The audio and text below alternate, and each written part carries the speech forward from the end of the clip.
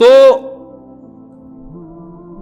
یقیناً ایسا ہوتا ہے کہ ہر عذاب قدرت کی طرف سے، ہر حادثہ قدرت کی طرف سے عذاب نہیں ہوتا.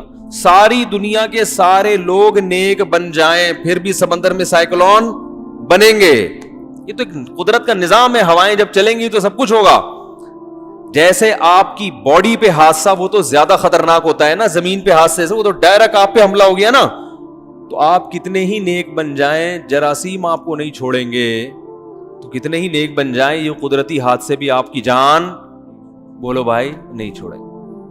پھر قدرتی حادثے تو وہ ہوتے ہیں جن کی کوئی سائنٹیفک لاجک ہو، اور ایک حادثے وہ ہوتے ہیں، یعنی سائنٹیفک لاجک کا میرا مقصد یہ ہے کہ وہ قیامت تک ہوتے رہیں گے. یعنی زمین کو اللہ نے بنایا ہی ایسا ہے کہ یہ کچھ نہ کچھ اٹک پٹک اس میں چلتی رہے گی.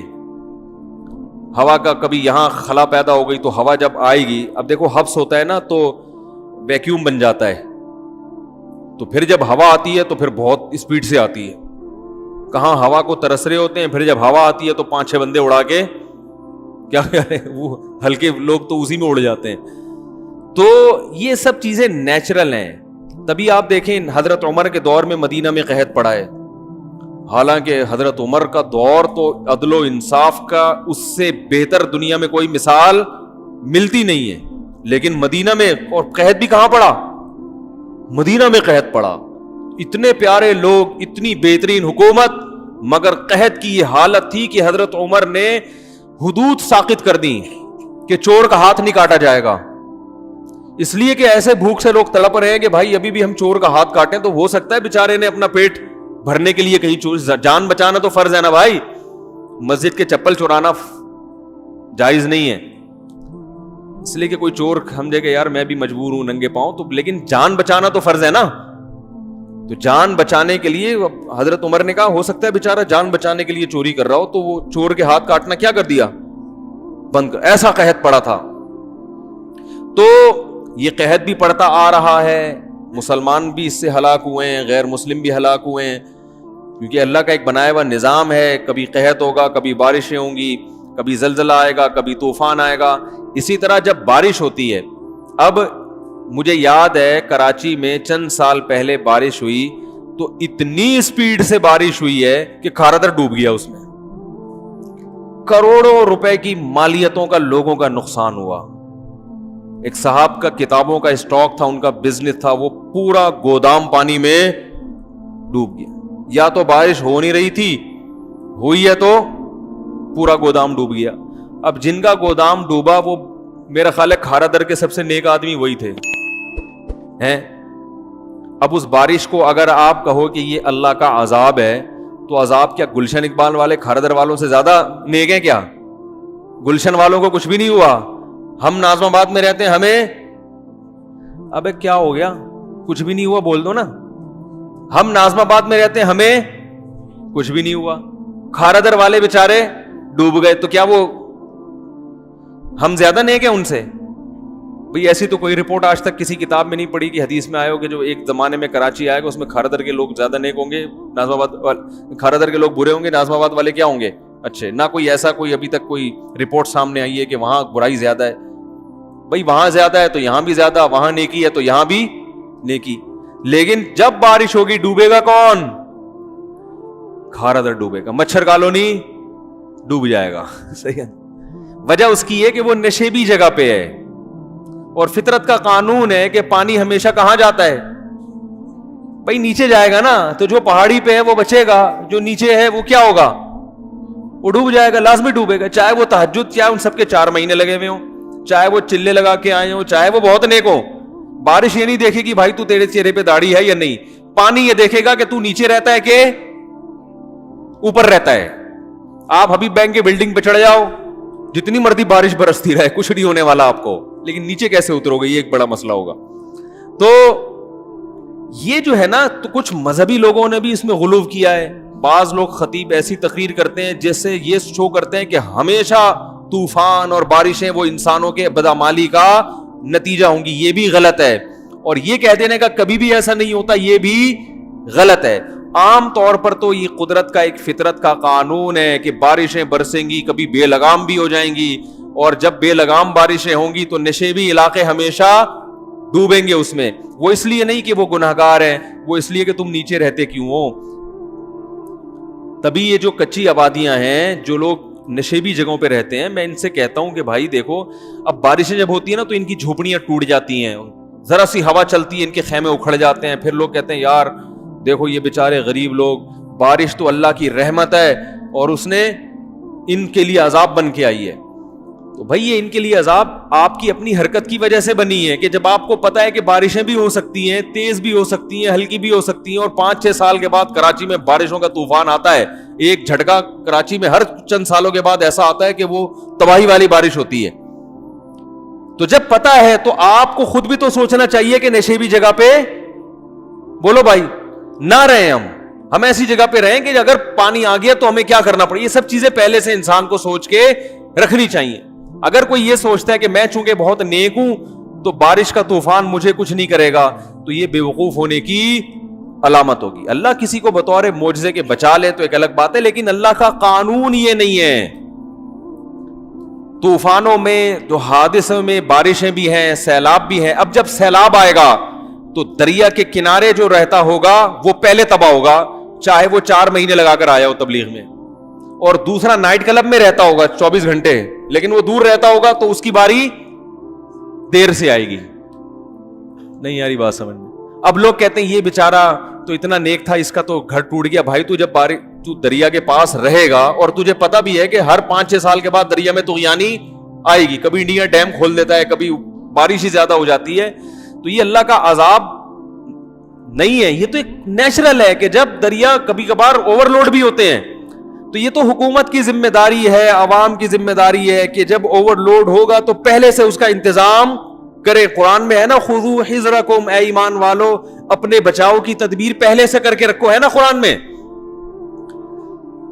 اگر صرف نیک اعمال کافی ہو انسان کو بچانے کے لیے تو پھر اللہ یہ کیوں کہتا کہ اپنے بچاؤ کی تدبیر پہلے سے کر کے رکھو؟ یہ کیوں کہتا اللہ تعالیٰ؟ اللہ کہتا بس نماز روزے میں لگ جاؤ, پھر بے شک برساتی نالے کے پاس گھر لے لو, میں تمہاری تہجد کی برکت سے تمہیں بچا لوں گا.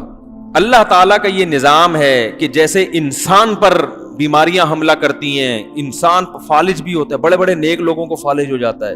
حضرت حکیم اختر صاحب رحمہ اللہ تعالیٰ کتنے بڑے بزرگ, ساری زندگی بزرگوں کی صحبت میں انہوں نے وقت گزارا, جوانی اپنی, اور پھر ساری زندگی دین کی دعوت اور تبلیغ میں, مگر آخر عمر میں کیا ہو گیا؟ فالج ہو گیا, آدھا دھڑ بالکل مفلوج ہو گیا. تو یہ تو بڑے بڑے بزرگوں کے ساتھ ہوتا ہے. تو آپ کا جب جسم پہ حملہ ہو سکتا ہے تو جہاں آپ رہتے ہیں اس گھر پہ بھی حملہ. تو میں کہہ رہا تھا کچھ چیزیں تو ایسی ہوتی ہیں جو قدرتی ہوتی ہیں, اور کچھ ایسی ہوتی ہیں غلطی دوسرے کی ہوتی ہے, سزا آپ کو ملتی. آپ تہجد پڑھ کے نکلے گھر سے, پھر فجر پڑھی آپ نے, پھر تسبیحات, پھر تلاوت, سارے نیک اعمال توبہ کر کے گھر سے باہر نکلے, وہ چرس پی کے ٹرک چلا رہا ہے اور وہ آپ کو پیلتا ہوا گناہ کس کا ہے؟ ٹرک والے کا. سزا کس کو مل رہی ہے؟ اب یہ بھی تو عذاب ہی ہے نا بھائی, یہ بھی تو ایک عذاب ہی ہے نا. اللہ قرآن میں کہتے ہیں کہ ہم اس طرح بھی عذاب دیتے ہیں کہ تم میں سے بعض کو بعض پہ مسلط کر دیتے ہیں, یعنی بعض کے لیے مصیبت کا سبب بن جاتے ہیں. تو اب کوئی کہ قرآن میں تو آتا ہے تم میں سے بعض کو بعض پہ مسلط کر دیتے ہیں, تو یہ گناہوں کا عذاب ہے. تو دیکھو ٹرک والے کو اللہ نے میرے اوپر مسلط کر دیا یا فلاں پہ مسلط کر دیا, حالانکہ وہ تو گناہ نہیں کرتا تھا. تو بھائی کبھی کبھار ایسا ہوتا ہے, یہ ضروری نہیں ہے کہ جب بھی کوئی آپ کو کچل کے جائے گا تو آپ برے ہیں وہ اچھا ہے, عین ممکن ہے وہ اچھا ہو اور آپ برے ہوں. قابیل اور حابیل, دنیا میں سب سے پہلے ظلم حابیل پہ ہوا, اور سب سے بڑا ظلم ہوا, اس کی جان لے لی کسی نے. جان لینے والا قابیل تھا جو زندہ رہا اور گناہگار تھا وہ, اور جو نیک تھا, پرہیزگار تھا, متقی تھا, اس کی جان چلی گئی, وہ جان سے ہاتھ دھو بیٹھا. تو آپ یہ کہہ سکتے ہو کہ اللہ نے بعض کو بعض پر مسلط کر دیا اور دیکھو گناہوں کی وجہ سے اللہ نے اس کو قتل کروا دیا؟ نا نا نا نا نا.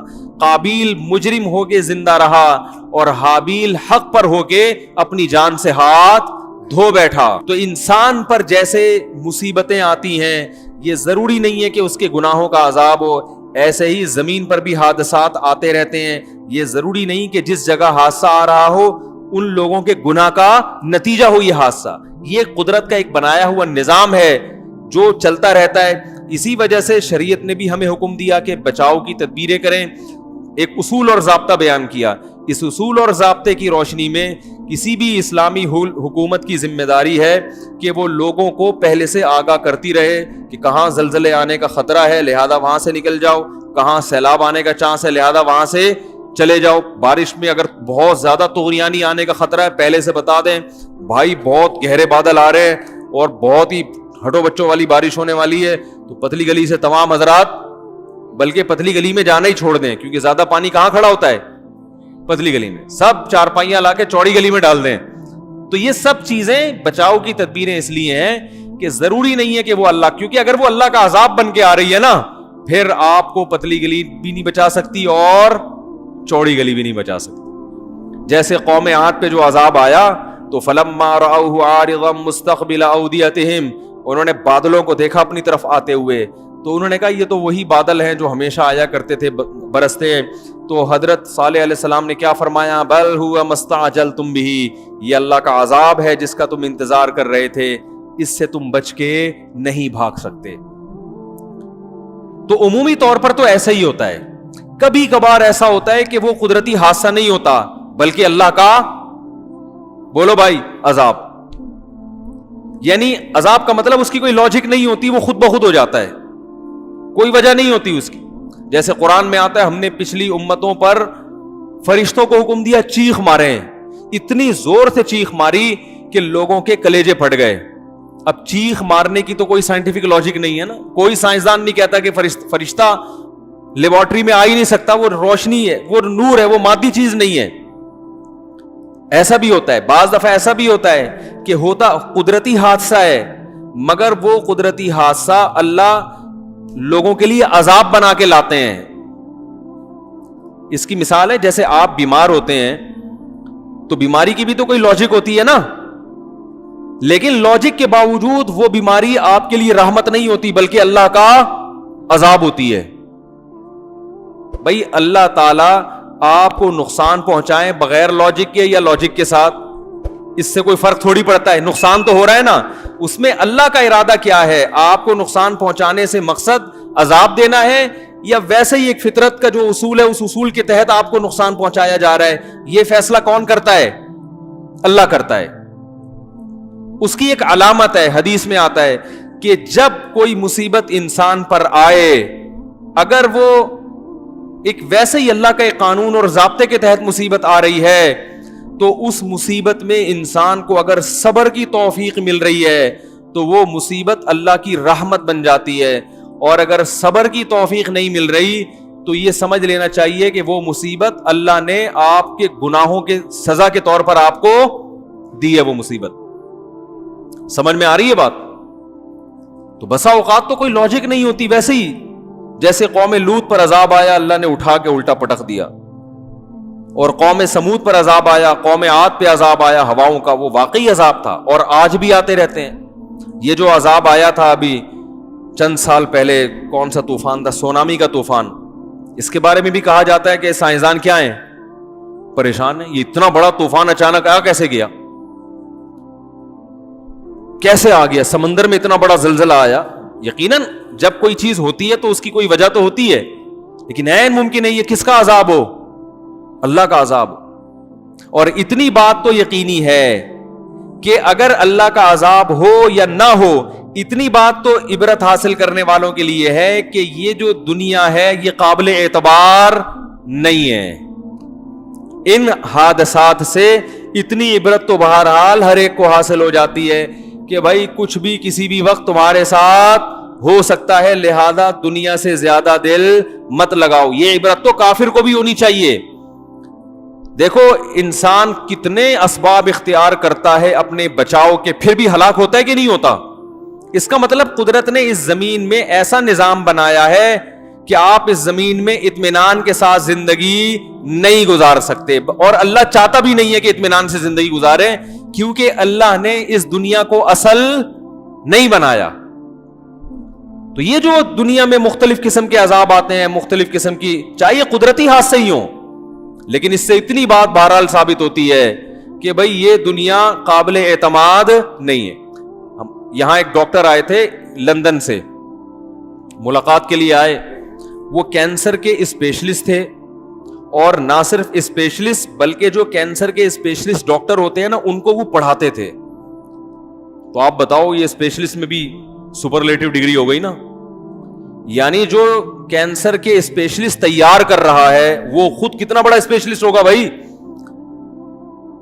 پتہ نہیں کیا تھوڑا سا کوئی یوں کر رہا ہے, کوئی یوں کر رہا ہے, بھائی وہ بہت بڑا اسپیشلسٹ ہوگا نا. تو وہ ویسے ہی ملاقات کے لیے آئے, عقیدت محبت میں بیان سنتے تھے. تو میں نے کہا آپ سے تو ہمیں معلومات لینی چاہیے, آپ اس فیلڈ کے ماہر ہیں کینسر کے. تو میں نے ان سے کچھ چیزیں پوچھی کہ کینسر کیوں ہوتا ہے. یہ جو میں صحت کی باتیں ممبر پہ بیٹھ کے بتاتا ہوں نا, لوگ کہتے ہیں پھینک رہا ہوتا ہے, تو پھینکتا نہیں ہوں میں. ایک تو مجھے اس فیلڈ سے بچپن سے دلچسپی ہے. بچپن میں بھی کوئی حکیم نظر آیا اس کو پورا نچوڑ لیا, کوئی کتاب نظر آئی طب کے بارے میں اس کو پورا پڑھ لیا, کوئی ڈاکٹر ملا اس سے کافی تو یہ, اور جس چیز کا انسان کو ذوق شوق ہوتا ہے تو ویسے ہی وہ چیزیں اس کو ہمیشہ کے لیے یاد رہ جاتی. پھر اپنی بھی آبزرویشن ہوتی ہے کچھ انسان کی, خود اپنا بھی تجزیہ ہوتا ہے, تو بہت ساری چیزیں ملا ملو کے چھوٹے موٹے ہم بھی کچھ بن گئے ہیں. اب اللہ خیر کرے, نیم حکیم خطرہ جان بنے یا کیا بنے واللہ عالم. تو لیکن نیم حکیم خطرہ جان جب ہوتا ہے جب وہ زیادہ گہرائی میں جا کے آپ کا علاج شروع کرتے, جو صحت کی بنیادیں اس بنیادی چیزیں ہیں نا. جیسے نیم مفتی خطرہ جان ہوگا بشرطے کہ وہ گہرے مسائل بتانا شروع کر دے. لیکن اگر وہ کامن سینس کی باتیں یا جو اسلام کی بیسک چیزیں ہیں, 5 نمازیں فرض ہیں, حج فرض ہے, زکوٰۃ فرض ہے, یہ بیسک چیزیں بتائے تو پھر وہ خطرہ جان خطرہ ایمان نہیں ہے, بلکہ یہ تو پھر وہ تو اس کو چاہیے یہ باتیں بتائے لوگوں کو. کیا خیال ہے؟ تبلیغ والے 6 نمبر تو یاد کرتے ہیں نا, وہ تو بتاتے ہیں نا, اس لیے کہ وہ تو بیسک چیزیں ہیں نا اسلام کی. تو وہ کینسر کے بہت بڑے اسپیشلسٹ تھے. میں نے ان سے پوچھا کینسر کی آج کل کینسر زیادہ تر کیوں ہو رہا ہے؟ کیا فارمی مرغی کھانے سے ہو رہا ہے یا کیا کھانے سے ہو رہا ہے؟ ٹھیک ہے. تو وہ بہت ساری چیزیں انہوں نے بتائیں, لیکن جو تجزیہ تھا نا وہ سب سے اہم چیز جو انہوں نے بتائی کہ جو سب سے زیادہ کامن ہے وہ یہ کہ وزن بڑھنا. آپ کی انرجی اتنی یوٹیلائز نہیں ہو رہی جتنی آپ انرجی حاصل کر رہے ہیں. یعنی کھا اتنا رہے ہیں جتنا وہ کھایا ہوا استعمال نہیں ہو رہا. ابھی یہ میرا ٹاپک نہیں ہے کینسر کے بارے میں معلومات فراہم کرنا. بھائی کھا لوگ زیادہ رہے ہیں اور وہ آپ کی انرجی یوٹیلائز کم ہو رہی ہے. ایکسرسائز اس حساب سے ہے نہیں, تو یا تو خوراک کم کر دو یا ایکسرسائز بڑھا دو. ایک بیسک وجہ یہ. تو میں نے کہا ہم تو دیکھتے ہیں کہ بڑے بڑے لوگ ہیں جن کی خوراک کم ہے, ایکسرسائز زیادہ, ان کو بھی کینسر ہو جاتا ہے. انہوں نے کہا کینسر کی ایک وجہ یہ بھی ہے کہ کوئی وجہ نہیں ہے, ویسے ہی ہو جاتا ہے. نہیں آ رہی بات؟ جس کی کوئی وجہ, وہ کہیں ہوا میں ہی کوئی جرثومہ چلا جاتا ہے انسان. تو انہوں نے کہا کہ یہ عمومی طور پر جو ہو رہا ہے وہ اس کی وجہ میں نے بیان کی ہے, لیکن بسا اوقات کوئی وجہ نہیں ہوتی. یعنی وجہ تو ہوتی ہے لیکن ڈاکٹر کو پتا نہیں ہوتا, وہ ٹریس ہی نہیں ہو پاتی ہے. وہ کوئی جراثیم ایسا چلا گیا, کوئی ہوا سے ایسی کوئی چیز آ گئی, آپ کے سانس کی نالی کے ذریعے چلی گئی, کچھ بھی ہو گیا, اس کی کوئی وجہ سمجھ میں نہیں آتی, لیکن وہ ہو جاتا ہے. اور یہ قسم ایسی ہے جس سے بچنا ممکن بولو بھائی نہیں ہے. بہت مشکل ہے بھائی بات سمجھانا. تو مجھے اس سے یہ نہیں کہ عبرت حاصل ہوئی کہ دیکھو وہی کینسر, وہ تو بھائی کینسر نہیں ہوگا تو کچھ اور ہو جائے گا, مریں گے تو نا. لیکن میں نے کہا دیکھو اللہ تعالیٰ نے انسان کو اتنا محفوظ بنایا ہی نہیں ہے کہ وہ فنٹر گیری کر سکے. کیا خیال ہے؟ اللہ نے یہ چیزیں کیوں رکھی ہیں کہ ٹھیک ہے کچھ تو تم احتیاط کرو, بھائی اس سے بھی ہو رہا ہے, اس سے بھی ہو رہا ہے, یہ چیزیں چھوڑ دو تو کینسر کے چانسز کم ہوں گے. لیکن اللہ فرماتے ہیں ختم نہیں ہوں گے. شوگر کے چانسز یہ کرو, شوگر کے چانسز کم ہو جائیں گے. شوگر کا چانس ختم.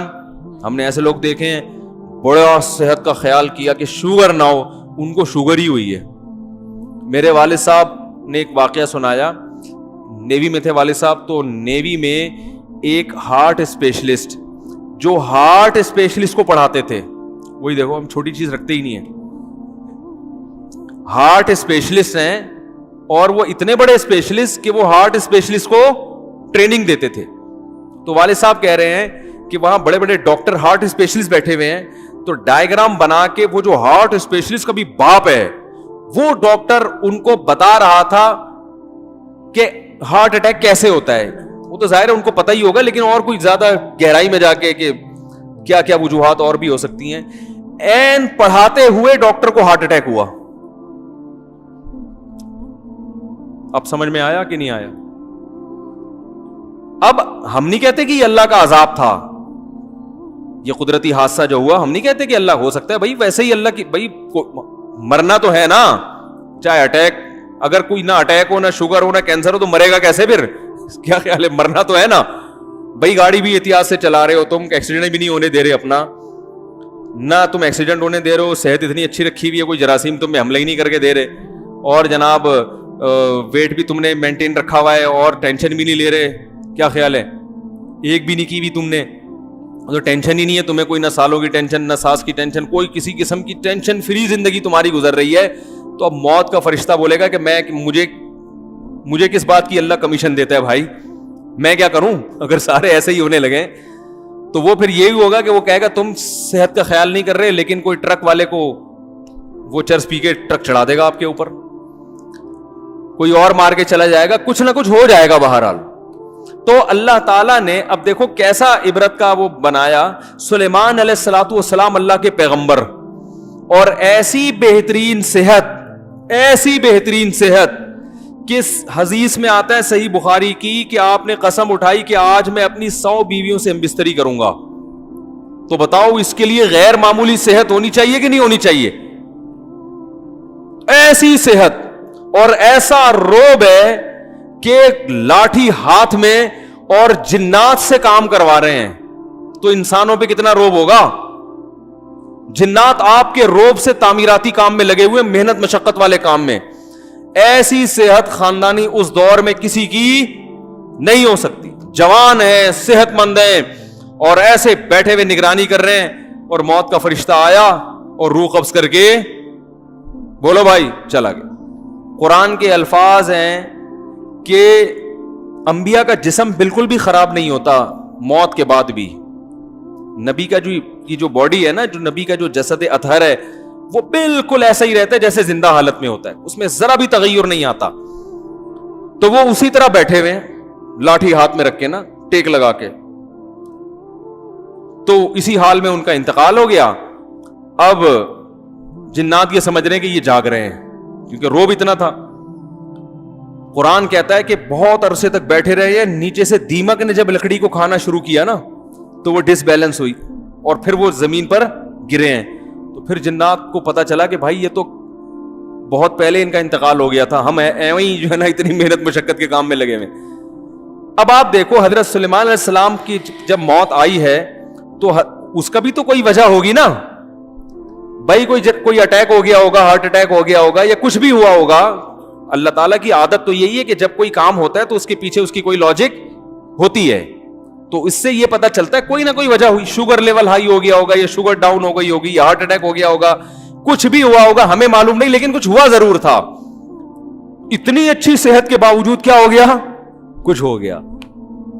تو یہ اسی لیے ہوتا ہے کہ وہ اتنا بڑا اسپیشلسٹ لوگوں کو پڑھا رہا ہے, ڈاکٹروں کو پڑھا رہا ہے, اور اللہ نے اسی دوران اس کو ہارٹ اٹیک کروایا, یہ بتانے کے لیے کہ بھائی ٹھیک ہے پڑھاؤ, ہارٹ اسپیشلسٹ بنو, تاکہ یہ دل سے اٹیک معاشرے میں کیا ہو, کم ہو. لیکن اس کا یہ مطلب نہیں ہے کہ موت کا فرشتہ سو گیا ہے اور تم اب مرو گے نہیں. مر پھر بھی سکتے ہو, اور اسی بیماری میں مار سکتا ہوں جس بیماری کے تم اسپیشلسٹ ہو. تو اللہ یہ واقعات کیوں کرواتے ہیں؟ عبرت کے لیے, تاکہ لوگ بے خوف نہ ہوں اور دنیا کے بے وفا ہونے کا لوگوں کو یقین آ جائے کہ یہ دنیا بے وفا ہے. دنیا مختلف شکلوں میں آتی ہے, اچھی صحت یہ بھی دنیا ہے, اچھی دولت یہ بھی دنیا ہے. ہم جب کہتے ہیں نا تو اسے اللہ نے بڑی دنیا دی ہے, تو اس کا کیا مطلب ہوتا ہے؟ دولت بھی دے دی, عزت بھی دے دی, صحت بھی دے دی, خاندان بھی دے دیا, تو یہ ساری چیزیں دنیا کہلاتی ہیں. لیکن اللہ نے بتا دیا یہ سب بے اعتباری چیزیں ہیں, کوئی بھی چیز تم سے کسی بھی ٹائم چھینی جا سکتی ہے. سمجھ میں آ رہی ہے بات؟ تو یہ اللہ اس لیے کرتے ہیں. تو اب اللہ نے قرآن میں فرمایا اَأَمِنْتُم مَّن فِي السَّمَاءِ, بھلا جو ذات آسمانوں میں ہے, کیا تم بے خوف ہو گئے, تمہیں ڈر نہیں لگتا ان یخسف بکم الارض, کہ وہ تمہیں زمین میں دھسا دے. اب زمین میں چاہے تو بطور عذاب کے دھسا دے, اور اگر بطور عذاب کے نہیں تو ویسے بھی ہر وقت اس کا امکان تو ہے نا کہ زلزلہ آئے اور زمین میں دھس جائیں. اس کا امکان تو ہے نا. آپ دیکھیں یوٹیوب پہ سرچ کریں, زلزلے کی ویڈیوز دیکھیں, لوگ سڑک پہ ڈرائیونگ کرتے ہوئے جا رہے ہیں, سڑک پھٹی اور گاڑی سڑک کے اندر دھس گئی اور پھر زمین دوبارہ مل جاتی ہے. تو اس کا امکان ہے, چاہے آپ نیک ہو چاہے آپ برے ہوں. تو اللہ فرماتے ہیں تمہیں ہر وقت اس بات کا خوف رہنا چاہیے کہ تم کسی بھی وقت زمین میں دھسائے جا سکتے ہو, تم پر کسی بھی وقت سیلاب کا طوفان آ سکتا ہے, تم پر کبھی بھی سمندر کا طوفان آ سکتا ہے. اور اس بات کا بھی امکان ہے ام امنتم من فی السماء ان یرسل علیکم حاصبا, اس بات کا بھی امکان ہے کہ تم پر آسمان سے پتھروں کی بارش ہو جائے, چاہے وہ کسی لاجک کے ساتھ ہو یا بغیر لاجک کے ہو. لاجک کے بغیر ایسے ہی ہو سکتی ہے اللہ پتھر برسا دے, اور لاجک کے ساتھ یہ ہو سکتی ہے بھائی ممکن ہے کوئی سیارہ ٹوٹے. آپ دیکھیں یہ جو کائنات کا نظام ہے, اتنے آوارہ سیارے گھوم رہے ہیں نا اس کائنات میں. یہ جو ہماری زمین ہے یہ تو ریت کے ایک ذرے کے برابر بھی نہیں ہے اس کائنات میں. جب ہم خلا میں جاتے ہیں نا تو وہاں کے اصول ہی چینج ہو جاتے ہیں. خلا میں بہت سے پتھر ایسے ہی گھوم رہے ہیں وہیں آوارہ, اور خلا کا پتھر وہ اتنے نہیں ہوتے. خلا میں جو پتھر ہوتے ہیں نا, کیونکہ وہاں فاصلے بہت ہیں, تو وہاں زمین سے 10 گنا بڑے پتھر بھی چھوٹے پتھر کہلاتے ہیں. زمین جتنے پتھر گھوم رہے ہوں گے سائنسدان کہیں گے پتھر گھوم رہا ہے, حالانکہ وہ زمین سے بڑا ہوگا. سمجھ میں آ رہی ہے بات؟ تو اتنے بڑے بڑے پتھر گھوم رہے ہیں. اللہ فرماتے ہیں کسی پتھر کا رخ بھی ادھر کو چینج ہو سکتا ہے اور وہ کہیں بھی گر سکتا ہے, اور ایسا ماضی میں ہوا بھی ہے. یہ تو خود سائنسدان بتاتے ہیں کہ زمین میں بعض بڑی بڑی کھائیاں ہیں, بڑے بڑے گہرے جو ہے نا وہ کھڈے پڑے ہوئے ہیں, وہ کوئی کسی دور میں کوئی شہاب ثاقب ٹوٹا تھا اور وہ آ کے زمین میں دھس گیا تھا. اس کا بھی امکان ہے کہ کسی کو پتہ ہی نہ چلے, اور کوئی ایسے ستارہ ٹوٹے, کوئی سیارہ ٹوٹے, اور اس کے 2-4 پتھر بھی اگر اللہ نہ کرے ادھر کو آ گئے تو وہ معمولی پتھر نہیں ہوں گے, وہ ایسے بڑے بڑے ہوں گے کہ وہ تو تباہی مچا دیں گے زمین میں. تو اتنی بے ثباتی ہے اس دنیا میں, کوئی بھروسہ نہیں کل کیا ہو جائے. اللہ فرماتے ہیں یہ جو تمہارے سائنسدان ہیں نا, اگر زمین کا بیلنس تھوڑا سا آؤٹ ہو جائے, تھوڑا سا آؤٹ ہو جائے, تو بتاؤ اللہ کے سوا کوئی ہے جو اس بیلنس کو دوبارہ قائم کر لے. زمین 23 ڈگری جھکی ہوئی ہے, ایسے کر کے نا تھوڑی سی یوں جھکی ہوئی ہے, اور اسی طرح 23 ڈگری کے ساتھ وہ سورج کے گرد, یعنی اپنے محور کے گرد بھی چکر لگا رہی ہے اور سورج کے گرد بھی, اور اتنی سپیڈ سے چکر لگا رہی ہے. کیا آپ اندازہ لگاؤ کہ ہم 24 گھنٹے میں گھوم کے اسی جگہ کھڑے ہوتے ہیں جہاں سے چلے تھے. نہیں آ رہی بات سمجھ میں بھائی؟ 24 گھنٹے میں زمین پورا گھوم جاتی ہے نا سورج کے سامنے, واپس ہم ادھر ہی آ جاتے ہیں. تو اس کا مطلب یہ ہے کہ ہم جب یہاں, ابھی ہم جہاں پر ہیں نا, 12 گھنٹے پہلے امریکہ والے یہاں پہ تھے. اب آپ بولو گے پتہ نہیں کیا پھینکنا شروع کر دی انہوں نے. بھائی گھوم رہی ہے نا زمین. ہم اس وقت جہاں پر ہیں 12 گھنٹے پہلے یہاں کون تھا؟ ارے بابا آپ کو پتا ہے نا سورج تھوڑی گھوم رہا ہے, سورج تو اپنی جگہ ہے, زمین کیا ہو رہی ہے؟ تو امریکہ میں اس وقت دن ہے, ہم رات ہے, اس لیے کہ ہم اب ہماری پشت سورج کی طرف ہو گئی ہے, اور امریکہ کا سینہ اب کہاں پر ہے؟ سورج کی طرف. 12 گھنٹے بعد امریکہ گھوم کے ادھر آ چکا ہوگا اور ہم گھوم کے سورج کے سامنے جا چکے ہوں گے. تو پھر ہم دبا کے ٹائٹ طبیعت والی گرمی پڑ رہی ہوگی اور پھر بجلی غائب ہو جائے گی. صحیح ہے؟ اس کا بیان سے تعلق نہیں, ویسے جنرل نالج کے لیے بتا رہا ہوں آپ کو میں. پھر 12 گھنٹے بعد ہم گھوم کے یہاں آ جائیں گے, تو ہم پوری زمین کا جو سفر ہے 24 گھنٹے میں مکمل کر لیتے ہیں. اس سے اپنی اسپیڈ کا اندازہ لگاؤ آپ. بھائی 120 کی اسپیڈ سے ٹرین کو چلنا چاہیے لیکن چلتی نہیں ہے, تو لاہور ہم 18 یا 17 گھنٹے میں پہنچتے ہیں, حالانکہ تقریباً 1000 کلومیٹر ہے پہلے لاہور, پھر بھی کتنی اسپیڈ سے چل رہی ہوتی ہے نا. تو آپ اندازہ لگاؤ 24 گھنٹے میں لاہور نہیں, لاہور کیا پوری دنیا کراس کر کے ہم واپس اسی جگہ پہ آگے کھڑے ہو چکے ہوں, تو ہماری اسپیڈ کتنی تیز ہوگی. میں جب فزکس پڑھا کرتا تھا نا میٹرک میں, تو میں نے پوری کیلکولیشن کر کے نکالا تھا کہ ہم کتنی اسپیڈ سے گھوم رہے ہیں. لٹو کی طرح گھوم رہے ہیں ہم, اپنے محور کے گرد بھی گھوم رہے ہیں, اور پھر زمین ہمیں اپنے گرد گھماتے ہوئے سورج کے گرد بھی گھوم رہی ہے. وہ تو بہت طویل سفر ہے, وہ 1 سال میں مکمل ہوتا ہے. اب ایک لٹو کو آپ نے گھما دیا, یوں بھی گھوم رہا ہے اور وہ اس طرح بھی گھوم رہا ہے, تو آپ اندازہ لگاؤ اتنی اسپیڈ سے گھومتا ہوا لٹو اور جو اتنی اسپیڈ سے سفر بھی کر رہا ہو, اگر آپ اتنی اسپیڈ سے سفر کر رہے ہو, تھوڑا سا اسپیڈ بریکر راستے میں آ جائے تو کیا حال ہوتا ہے نا انسان کا. تو اللہ تعالیٰ نے کیسا بیلنس رکھا ہوا ہے, لٹو کی طرح اس زمین کو اللہ نے سورج کے گرد یوں بھی گھمایا اور اپنے محور کے گرد بھی گھمایا, بڑی اسپیڈ سے گھوم رہی ہے. اگر اس کا بیلنس تھوڑا سا آؤٹ ہو گیا, دائیں بائیں ہو گیا, تو کوئی سائنسدان دنیا میں ایسا پیدا نہیں ہوا کہ زمین کو اپنے محور پہ دوبارہ, بولو نا بھائی, جیسے ٹرین اپنے ٹریک پہ چلتی ہے نا, پٹری پہ بڑی اسپیڈ سے جا رہی ہوگی, تھوڑی سی دائیں بائیں ہو تو ٹریک سے اتر جاتی ہے. بڑے بڑے وہ آتے ہیں میکینک, وہ دھکا لگا کے یا کچھ اور کر کے ٹیکنیکل کام کر کے وہ پہیے نکال کے دوبارہ انجن کو کہاں چڑھا دیتے ہیں, ٹریک پہ چڑھا دیتے ہیں. تو وہ تو کرنا ممکن ہے, لیکن زمین اگر اپنے ٹریک سے ذرا سی بھی ہٹ گئی تو میرے بھائی ہم لٹو کی طرح پتہ نہیں کوئی کدھر جا کے, کوئی چاند پہ جا کے پڑاخ کر کے جا کے چپکے گا, کوئی سورج میں جا کے کوئلہ بن کے کباب بن کے نکلے گا, کوئی کدھر جائے گا, کوئی ایسا ہوگا جاتا ہی رہے گا. جب تک کوئی ستارہ نہیں آتا نا سامنے 1000 سال تک وہ سفر, کیونکہ نیوٹن کہتا ہے جو چیز چل رہی ہے جب تک اسے روکنے والا نہ ہو تو وہ رکے گی, بولو نا, وہ رکے گی نہیں. اور وہ جو رکی ہوئی ہے جب تک اس کو دھکا دینے, تو ہم جب اگر زمین کو بریک لگ گئی نا, یا تھوڑی سی کوئی اور ستارہ آ گیا سامنے, بھائی زمین چلتی بھی جا رہی ہے, کوئی الٹا سیدھا ستارہ گھومتا گھامتا ہمارے ٹریک پر آ گیا, بے لگام ستارہ آ گیا, کوئی ٹکڑا آ گیا پتھر کا ٹوٹا ہوا, تو ہماری زمین جا کے دھام سے اس سے ٹکرائے گی اور ہچکولے کھا کے ڈس بیلنس ہو کے ادھر گئی, تو وہ تو ہمیں نہیں پتا زمین کہاں جائے گی, لیکن ہم کہاں جائیں گے یہ بھی ہمیں نہیں پتا. لا متناہی سلسلہ ہوگا, ہم چلتے چلے جائیں گے, خلاؤں میں گم ہو جائیں گے, پتہ نہیں کہاں جا کے نکلیں گے, دریافت تو ہو ہی نہیں سکتے, سوال ہی پیدا نہیں ہوتا. تو اللہ تعالیٰ فرماتے ہیں کہ ایسی بے ثباتی ہے ولا ان زالتا, کہ یہ تھوڑی سی ڈس بیلنس ہو جائے تو تمہاری ایسی کی تیسی ہو جائے گی, اور کوئی اس کو دوبارہ توازن پہ نہیں لا سکتا سوائے میرے. تو یہ اللہ کا نظام ہے کہ اللہ نے اس کائنات کو اپنے ہاتھوں میں تھاما ہوا ہے اور اس کو بڑے ٹیکنیکل طریقے سے چلایا ہوا ہے. یہ تو زمین کے اندر کا حصہ تھوڑا سا ڈس بیلنس ہوتا ہے, اندر تھوڑی سی کروٹیں ہوتی ہیں تو پوری بستیاں غائب ہو جاتی ہیں. آپ کو پتا ہے چند سال پہلے چائنا میں ایک زلزلہ آیا تھا, 500 لوگ 1 سیکنڈ میں غائب ہو گئے تھے. زلزلہ آیا, پورا گاؤں غائب. تو اللہ سے ڈرنا چاہیے, اگرچہ یہ کوئی لاجک ہے, اس کی سائنٹیفک لاجک ہے, مگر یہ لاجک بنائی کس نے ہے؟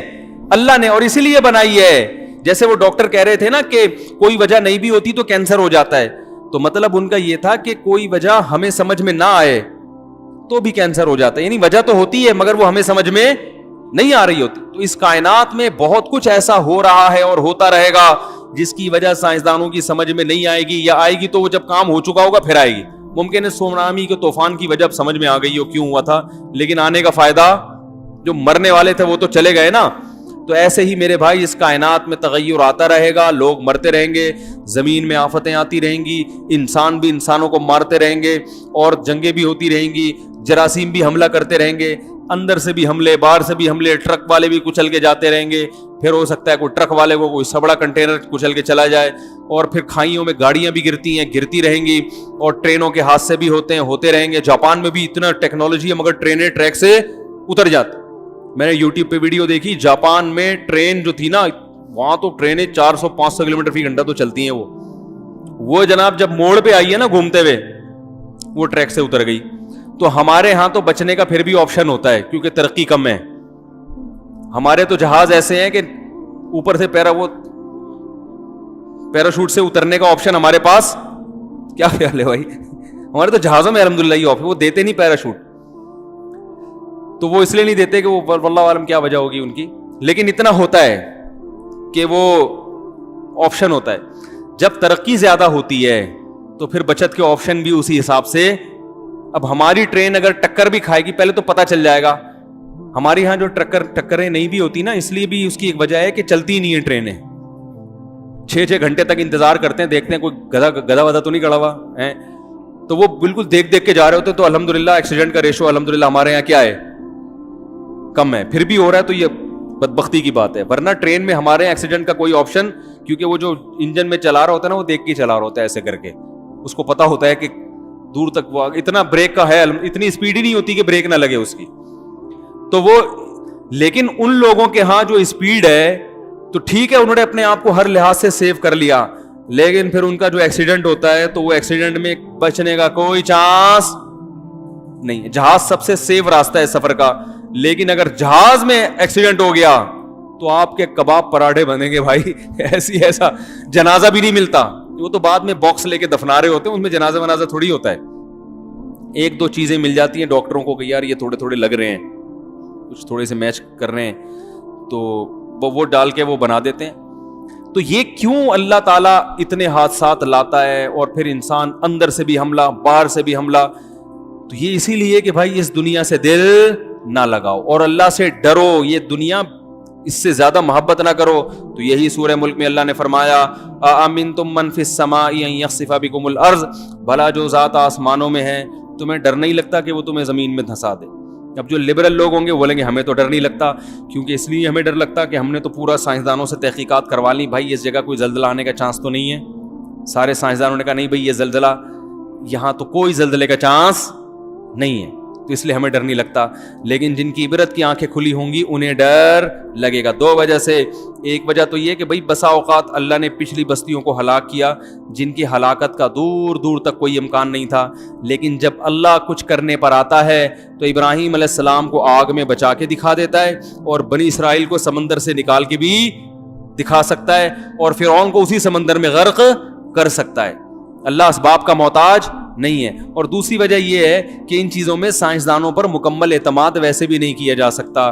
ایسی جگہ بھی زلزلہ آ جاتا ہے بعض دفعہ جہاں زلزلہ آنے کا کوئی چانس نہیں ہوتا.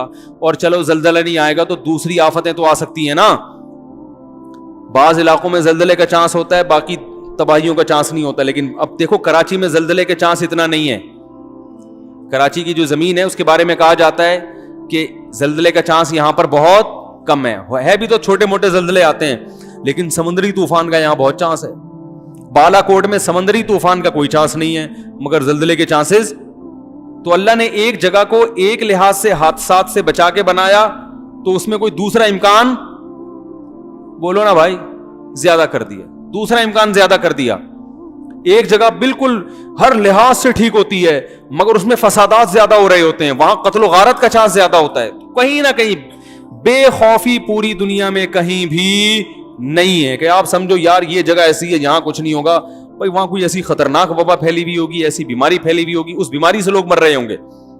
تو بہتر یہی ہے کہ آپ تمام حادثات سے بچنے کی تدبیریں تو اختیار کریں مگر اس پر اعتماد کر کے نہ بیٹھیں, بلکہ جو حادثات بھیجنے والا ہے اس سے دوستی لگا لیں. اس سے کیا کر لیں؟ اس کی میں ایک مثال دے کے بس بیان ختم کرتا ہوں. دیکھو محلے میں ایک ڈاکٹر ہے جس کے بارے میں آپ کو پتا ہے کہ وہ جب بھی آئے گا ٹیکہ لگائے گا لازمی, جب بھی آئے گا ٹیکہ, اور اس ڈاکٹر کے پاس آپ نے جانا بھی ہے لازمی. اس کی عادت ہے, بعض ڈاکٹروں کی عادت ہوتی ہے جو بھی کلینک میں آئے نا ٹیکہ پہلے لگاتے ہیں, بعد میں پوچھتے ہیں ہاں بتائیے کیا مسئلہ ہے آپ کے ساتھ, ٹھیک ہے نا. جیسے بعض ڈاکٹر آپ نے دیکھے ہوں گے, آپ جیسے ہی گئے نسخہ پہلے لکھ دیتے ہیں. میں نے تو دیکھا گیا وہ لے کے بیٹھے ہوئے ہوتا ہے, ابھی آپ نے بولنا شروع نہیں کیا, بھائی پہلے پورا سن تو لو مجھے بیماری کیا ہے.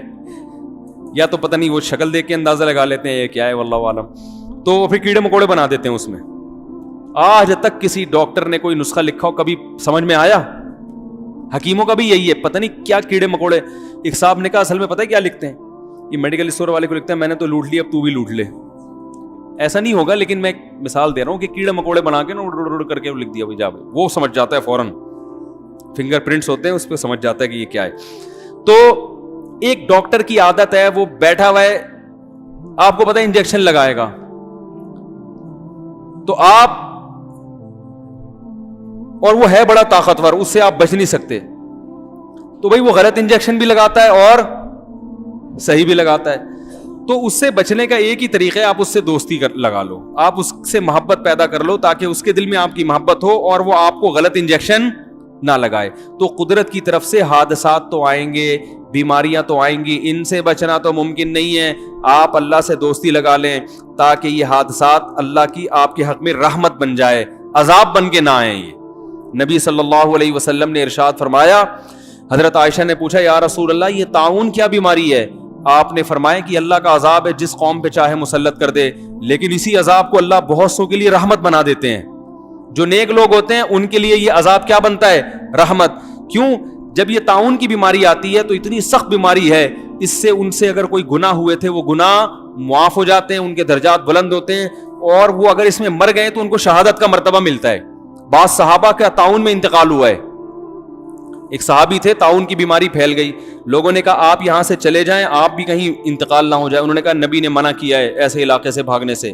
اگلے دن صبح اٹھے تو ان کے انگلی میں پھنسی نکلی ہوئی تھی. طاعون میں پہلے ایک دانہ نکلتا ہے، بس یہ اس کی علامت ہے کہ آپ بھی مر جائیں گے، اب آپ کو بھی. تو وہ جب ان کے نکلی تو لوگوں نے کہا ہم نے کہا نہیں تھا آپ چلے جائیں. انہوں نے کہا اللہ کی قسم یہ مجھے سرخ اونٹوں سے زیادہ محبوب ہے یہ دانہ. یہ اللہ کی طرف سے کیا ہے؟ رحمت ہے. کیوں؟ نبی کی حدیث ہے بھائی. فرمایا غدن سوف نلقى اصحاب النبی صلی اللہ علیہ وسلم، ان قریب اب اپنے ساتھیوں سے ملاقات ہونے والی، اب جائیں گے اس دنیا سے. تو وہی حادثہ یعقوب علیہ السلام کا بچہ بھی بچھڑ گیا تھا نا، لیکن وہ ان کے حق میں کیا تھا؟ رحمت تھا.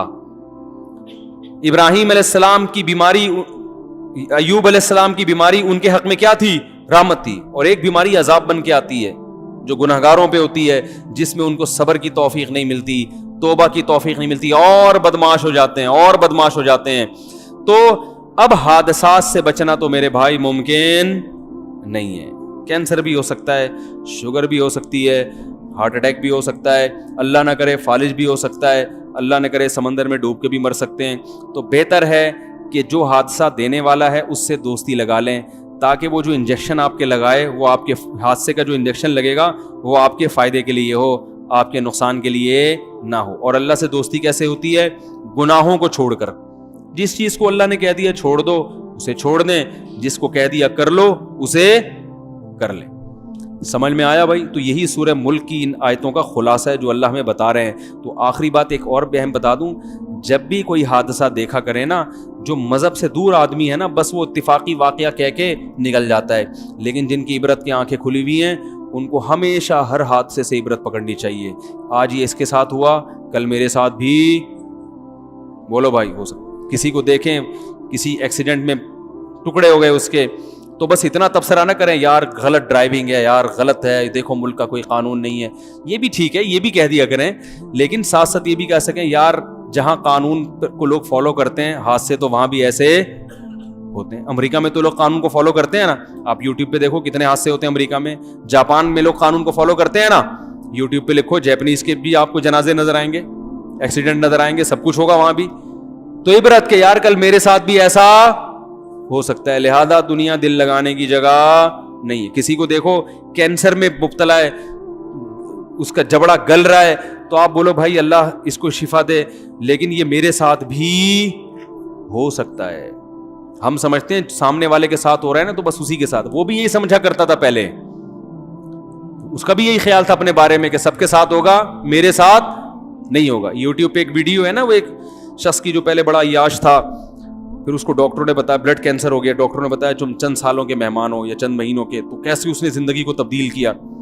میں نے 2 دفعہ وہ ویڈیو دیکھی اپنی عبرت کے لیے، اور اپنے آپ کو میں نے خطاب کیا، میں نے کہا بھائی تیرے ساتھ بھی ایسا ہو. ابھی تو بڑا چہک رہا ہے، بڑی شادیوں کی باتیں کر رہا ہے بھائی، بیانات کر رہا ہے، کبھی ادھر جا رہا ہے، کبھی ادھر جا رہا ہے، کبھی بچوں کو لے کے گھومنے جا رہا ہے، کیا کر رہا ہے. لیکن بھائی کل میرے ساتھ بھی ایسا ہو سکتا ہے، ڈاکٹر کہہ دے مفتی صاحب اللہ نہ کرے اللہ سب کو عافیت میں رکھے، آپ کو یہ بیماری ہے اور 1 سال میں پتلی گلی سے آپ نکل جاؤ گے. اس وقت کیا جذبات ہوں گے؟ پھر تو ہر وقت اللہ رسول کی باتیں بس بیٹھ کے ایک دم بھائی کیسے نیک بن جاؤں گا نا. کیا خیال ہے؟ تو اپنے بارے میں بھی سوچنا چاہیے. میں نے وہ ویڈیو سیو کر کے رکھی ہوئی ہے کہ یار کل ہمارے ساتھ بھی ہو سکتا ہے. تو اللہ کو پسند وہ آدمی ہے کہ جس کے ساتھ جب تک نہیں ہوا تو پہلے سے ٹھیک ہو جائے. وہ کیا خیال ہے؟ ٹھیک ہے ہو گیا تو بھی ٹھیک ہو گیا، توبہ قبول ہوگی، لیکن جب تک کچھ ہے نہیں پھر ٹھیک ہو جاؤ، اس کا مقام اللہ کے ہاں بہت زیادہ. حدیث میں آتا ہے نا، صحابی نے نبی سے پوچھا یا رسول اللہ بہترین صدقہ کون سا ہے؟ آپ نے فرمایا تأمل الغنا وتخشى الفقر، تمہارے پاس پیسے ہوں، تمہیں ڈر ہو کہ خرچ کیے تو غریب ہو جاؤں گا، خرچ نہ کیے تو انویسٹمنٹ کر کے اور کما لوں گا. اس تذبذب کی حالت میں جب صدقہ کرو گے تو یہ سب سے بہترین صدقہ ہے، کیونکہ اس وقت صدقہ کرنے کا دل نہیں چاہتا. اور ينفقون في السراء والضراء، قرآن کہتے ہیں جو خوشی اور غمی دونوں میں اللہ کی راہ میں خرچ کرتے ہیں. خوشی ہے تو پھر اللہ تھوڑی یاد آتا ہے, لیکن اللہ فرماتے ہیں اس میں بھی اللہ کی راہ میں خرچ کرتے ہیں. جب کوئی ٹینشن نہیں ہے پھر خرچ کرتے ہیں, اللہ کو یاد رکھتے ہیں. تو ابھی میرے بھائی ہم میں سے کسی کو کوئی ایسی الحمدللہ خطرناک بیماری نہیں ہے کہ ڈاکٹر نے کہہ دیا آپ مرنے والے ہیں, لیکن یہ ہو تو سکتی ہے نا. کیا خیال ہے اس وقت کیا حالات ہوں گے؟ پھر کوئی چیز اچھی لگے گی؟ پھر تو سب بس آخرت جنت میں حوریں چاہیے. مفتی صاحب مجھ سے میرے سامنے اللہ کا واسطہ شادیوں کی باتیں, لیکن میں ایسا ڈھیٹ ہوں پھر بھی کروں گا. ٹھیک ہے نا, ایسا ڈھیٹ آدمی ہوں میں پھر بھی, کیونکہ یہ آخرت کے لیے میں کرتا ہوں, دنیا کے لیے. بھائی دنیا کے لیے تھوڑی کر رہے ہیں ہم, یا عیاشی کے لیے تھوڑی آپ کو یہ ترغیبات دے رہے ہیں. ابھی کسی نے کمنٹس کیے تھے, اعلان کیا نا کہ مفتی صاحب کا بیان ہوگا, کسی نے کہا ہاں پھر شادیوں پہ دوبارہ سے بیانات شروع ہو گئے مولانا صاحب. کسی نے یہ طنز کیا ہوا تھا میرے اوپر.